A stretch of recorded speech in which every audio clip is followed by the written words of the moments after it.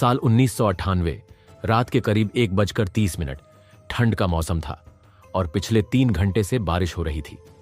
24 साल की एक लड़की नेहा बस स्टॉप पर खड़ी होकर रिवरसाइड जाने वाली आखिरी बस का इंतजार कर रही थी। रूट नंबर 528 की ये आखिरी बस थी।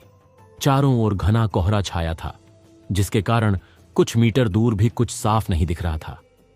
पिछले 1 घंटे में बस स्टॉप से कोई बस नहीं गुजरी थी। नेहा बस का इंतजार कर रही थी कि उसे एक बूढ़ा आदमी हरिप्रसाद छड़ी टिकाते हुए बस स्टॉप की ओर आता दिखा। बूढ़े के पहुंचने के कुछ मिनट बाद रूट नंबर 528 की बस आकर रुकी। हरिप्रसाद और नेहा बस में चढ़ गए।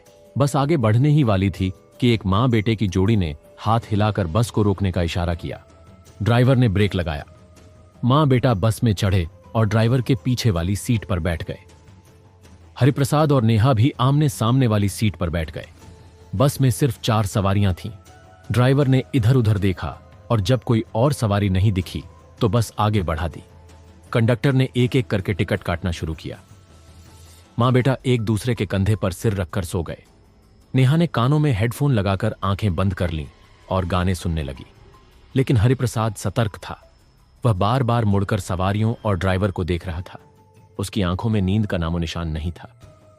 अचानक ड्राइवर ने बस की स्पीड धीमी कर दी। क्या हुआ? बस इतनी धीरे क्यों चला रहे हो? सामने इतना कोहरा है कि सड़क साफ नहीं दिख रही। तेज चलाऊंगा तो एक्सीडेंट हो सकता है। ठीक है, ध्यान से चलाओ। चारों ओर सन्नाटा था। बारिश रुक चुकी थी और सड़कों पर कोई गाड़ी नजर नहीं आ रही थी। बस लगभग खाली थी, जिसके कारण इंजन की आवाज के अलावा कोई और आहट सुनाई नहीं दे रही थी। खराब मौसम और कम विजिबिलिटी की वजह से ड्राइवर और हरिप्रसाद दोनों के माथे पर चिंता की लकीरें उभर आई थीं। बाकी सवारियां आंखें बंद किए थीं। उन्हें बाहर के हालात का अंदाजा ही नहीं था। अचानक बस की छत पर किसी के होने का एहसास हुआ। थप थप की आवाज सुनाई देने लगी। ये कैसी आवाज है? चलती बस की छत पर कौन हो सकता है? मैं बस रोक कर देखता हूं। ड्राइवर बस रोक कर उतरा। तभी छत से आ रही आवाज बंद हो गई। ड्राइवर बस के चारों ओर घूम कर देखने लगा। अचानक उसके ऊपर एक कौवा कूद पड़ा, जिससे उसके मुंह से जोरदार चीख निकल गई। वह दौड़ते हुए बस में वापस चढ़ गया। क्या हुआ? एक कौवा था, वही छत पर उड़ रहा था। आगे बढ़ते हैं, आसपास जंगल है, यहां रुकना ठीक नहीं। क्या कहा? एक कौवा था। कौवे के उड़ने से इतनी तेज आवाज नहीं हो सकती। हरिप्रसाद को लग रहा था कि कुछ गड़बड़ है। अचानक ड्राइवर ने बस की स्पीड बढ़ा दी। अरे, सामने कुछ दिख नहीं रहा और तुम इतना तेज चला रहे हो? क्या कर रहे हो? ड्राइवर ने बिना जवाब दिए हरिप्रसाद की ओर देखा और फिर से एक्सीलेटर पर पैर रख दिया। सामने सड़क पर एक दोराहा दिखा, जहां से सड़क बाएं और दाएं बंट रही थी। ड्राइवर ने बस को बाएं मोड़ लिया। अरे, कैसे ड्राइवर हो तुम? ये रास्ता तो जंगल की तरफ जा रहा है। नए नए भर्ती हुए हो क्या? रास्ता ठीक से नहीं मालूम? आप आराम से बैठिए। बार बार टोका टोकी क्यों कर रहे हैं? मुझे पता है अपना काम कैसे करना है। इस रास्ते पर ट्रैफिक कम होता है। कोहरे में इधर से जाना सेफ है। ये शॉर्टकट भी है। थोड़ी देर बाद ये रास्ता उसी मेन रोड से मिल जाएगा। हरिप्रसाद को ड्राइवर के हाव भाव बदले हुए लग रहे थे। थोड़ी देर बाद तेज गति से दौड़ती बस को ड्राइवर ने अचानक ब्रेक लगाकर रोक दिया। क्या हुआ? ऐसे अचानक बस क्यों रोक दी? अभी तो रिवर साइड से पहले कोई स्टॉपेज भी नहीं है। वैसे भी ये जंगली इलाका है, यहां बस रोकने का मतलब क्या है? वो सब मैं जानता हूं, लेकिन देखो, सामने कुछ लोग खड़े हैं और लगातार हाथ से बस को रोकने का इशारा कर रहे हैं। अरे, तो ऐसे ही कोई बीच सड़क पर खड़ा होकर बस रोकने को कहेगा तो आप गाड़ी रोक देंगे? इतनी रात को बस रोक देना ठीक नहीं लग रहा। दरवाजा मत खोलिए। ड्राइवर साहब सही कह रहे हैं। सामने 3 लोग खड़े हैं, उन्हें मदद की जरूरत हो सकती है। ये इस रूट की आखिरी बस है। अगर हम उन्हें अंदर नहीं आने देंगे तो शायद पूरी रात जंगल में ही बितानी पड़े। ड्राइवर की बात सुनकर बाकी सवारियां चुप हो गईं। ड्राइवर ने बस का दरवाजा खोल दिया। 3 लोग धीमी रफ्तार से चलते हुए बस में चढ़ गए। बस में बैठी सवारियां उन्हें देखकर चौंक गईं। तीनों में से 2 लोग बीच वाले को इस तरह पकड़े थे जैसे वह चलने की हालत में न हो। वे उसे घसीटते हुए बस की सबसे पिछली सीट तक ले गए और वहीं बैठ गए। तीनों की वेशभूषा अजीब थी। ऐसा लग रहा था जैसे वो किसी पुराने युग से आए हों। उनके सिर पर अजीब सी टोपियां थीं, जिसके कारण चेहरा साफ नहीं दिख रहा था। उनके बाल लंबे और बिखरे हुए थे। तीनों नए पैसेंजर्स को बैठाने के बाद बस फिर से आगे बढ़ी, लेकिन बस के अंदर की हवा भारी होने लगी। ये किन लोगों को बैठा लिया है तुमने? इन्हें देखकर सिहरन सी हो रही है। इनके कपड़े देखो, आज के समय में कौन ऐसे कपड़े पहनता है? इतने पुराने और गंदे लग रहे हैं जैसे कभी धुले ही नहीं। और गौर किया, बस में अचानक दुर्गंध फैल गई है। ऐसा लगता है जैसे कुछ सड़ रहा हो। मुझसे तो सांस भी नहीं ली जा रही। ये क्या बोल रहे हैं आप? ऐसा तो कुछ भी नहीं है। पीछे गांव में एक नाटक मंडली है, ये लोग वहां से होंगे। आप उन पर ध्यान मत दीजिए। जब से वो लोग बस में आए तब से 1 इंच भी हिले नहीं, ना ही उन्होंने कोई बात की। फिर तुम्हें कैसे पता कि वो नाटक मंडली से आए हैं? तुम उनकी तरफदारी क्यों कर रहे हो?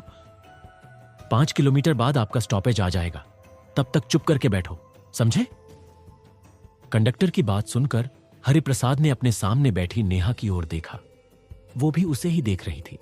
हरिप्रसाद कुछ देर तक बेचैनी में इधर उधर देखता रहा, फिर नेहा को घूरने लगा। बस अब जंगल पार करके रिवरसाइड की मेन रोड पर आ गई थी। हमें इधर ही उतार दो। मां बेटा बस से उतरकर चला गया। उन्हें जाते देख कंडक्टर की आंखों में बेचैनी नजर आई। कंडक्टर के समझाने के बाद भी हरिप्रसाद बार बार पीछे उन 3 अजीब पैसेंजर्स को देख रहा था। अचानक हरिप्रसाद चिल्लाया, ए लड़की, मेरा पर्स लिया ना तुमने? हाँ, क्या कहा? मैंने पर्स लिया। मैं चोर लगती हूं क्या? हाँ, चोर ही लगती हो। तेरी शक्ल पर लिखा है तू चोर है। निकाल मेरा पर्स। हरिप्रसाद की बातों से नेहा बौखला गई। आपकी उम्र का लिहाज कर रही हूं, वरना। अरे क्या बेअदबी है ये। मैं तो जानता भी नहीं कि आपके पास पर्स था या नहीं। हरिप्रसाद की आवाज बढ़ती जा रही थी और नेहा भी अब गुस्से में आ गई। नीचे उतर, तुझे मैं तेरी औकात दिखाता हूं। अभी पुलिस को शिकायत करूंगा। सीनियर सिटीजन्स की ताकत अभी पता नहीं है तुझे, समझा? हरिप्रसाद और नेहा ड्राइवर के पास खड़े होकर बस रोकने के लिए चिल्लाने लगे। उनका शोर देख ड्राइवर ने गुस्से में बस रोककर उन्हें उतार दिया। अरे बाबा जी, अब आप ऐसा करिए, पुलिस बुलाइए। अब पुलिस ही बताएगी मैं सही हूं या गलत। पुलिस की जरूरत नहीं। मैं जानता हूं तुम बेकसूर हो, लेकिन तुम मेरी बेटी की उम्र की हो। तुम्हें उस बस में अकेले नहीं छोड़ सकता था, इसलिए मैंने ये सब किया। मतलब वो सब ड्रामा था। आपको पता है आपने क्या किया? इतनी रात को इस सुनसान रोड पर हम कहां जाएंगे? तुमने देखा वो 3 लोग जो बस में चढ़े थे? तुम हेडफोन लगाकर गानों में मस्त हो गई थी, लेकिन मेरी बूढ़ी आंखें बेचैन थीं। मैंने हर छोटी छोटी चीज पर नजर रखी। मैंने देखा बस की पीछे की एक खिड़की खुली थी, जहां से ठंडी हवा आ रही थी। उस हवा से उन लोगों के कपड़े उड़े। तब मैंने देखा उनके पांव ही नहीं थे, बीच वाले के चेहरे पर बिखरे बाल में उड़े। तो मैंने देखा कि उसका चेहरा, नाक, मुंह कुछ भी नहीं था। हमारे गांव में ऐसे लोगों को भूत कहते हैं। मैंने अपने पर्स से छोटा सा आईना निकाला। उसमें कंडक्टर साफ दिखनी चाहिए थी, लेकिन कोशिश करने के बाद भी कंडक्टर का चेहरा आईने में नहीं दिखा। हम दोनों खुशकिस्मत हैं कि उन्होंने हमारे झगड़े पर भरोसा किया और हमें यहां उतार दिया।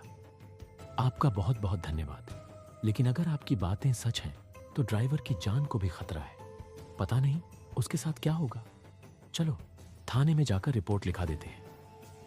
हरिप्रसाद और नेहा थाने गए और सारी बातें बता दी, लेकिन इंस्पेक्टर को उनकी बातों पर यकीन नहीं हुआ और उसने उन्हें वहां से निकाल दिया। 3 दिन बाद पुलिस को बस तो मिल गई, लेकिन यह घटना एक अनसुलझी पहेली बन गई। डीजल की जगह खून से चलकर वह बस बिना किसी कैमरे की नजर में आए 150 किलोमीटर दूर कैसे पहुंची, इसका जवाब किसी के पास नहीं था। वो 3 लोग कौन थे, उनकी शिनाख्त कभी नहीं हो सकी। इस घटना के बाद पूरे इलाके में डर की लहर दौड़ गई। कहते हैं उस घटना के बाद भी कई बार रात के अंधेरे में रूट नंबर 528 की बस लोगों को नजर आती है।